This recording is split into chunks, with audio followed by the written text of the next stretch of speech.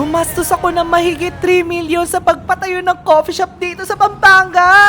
Tara, samahan niyo ako sa lakad ko. Ang dami nagtatanong kung bakit Sera ang pangalan ng coffee shop ko. Eh halata naman, Sera Ulo ang may-ari. Angik!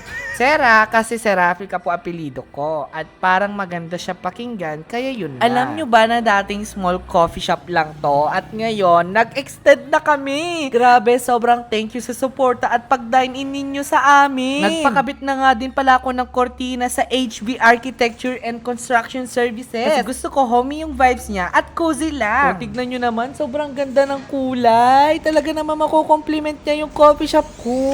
Alam nyo ba na sobrang dali lang nila kinabit at super dali lang nilang kausap. Alam nila agad kung anong bagay sa coffee shop ko. Shoutout nga pala kay Babe Camille. Kung hindi dahil sa kanya, di namin sila matutuntun. Super bait din pala ng may-ari, si Sir Hadrian Valencia. Super galing at sobrang dali lang ka-work. Kaya kung gusto nyo rin magpakabit ng ganito, message nyo lang sila sa social medias nila. Marami pa dapat ayusin dito sa coffee shop. Pero grabe na ang gastos ko. Pero alam ko naman na worth it ito. Kaya kung naghahanap ka ng kapehan sa Pampanga, try mo na mag-Sera Coffee para mabawi naman yung pera ko.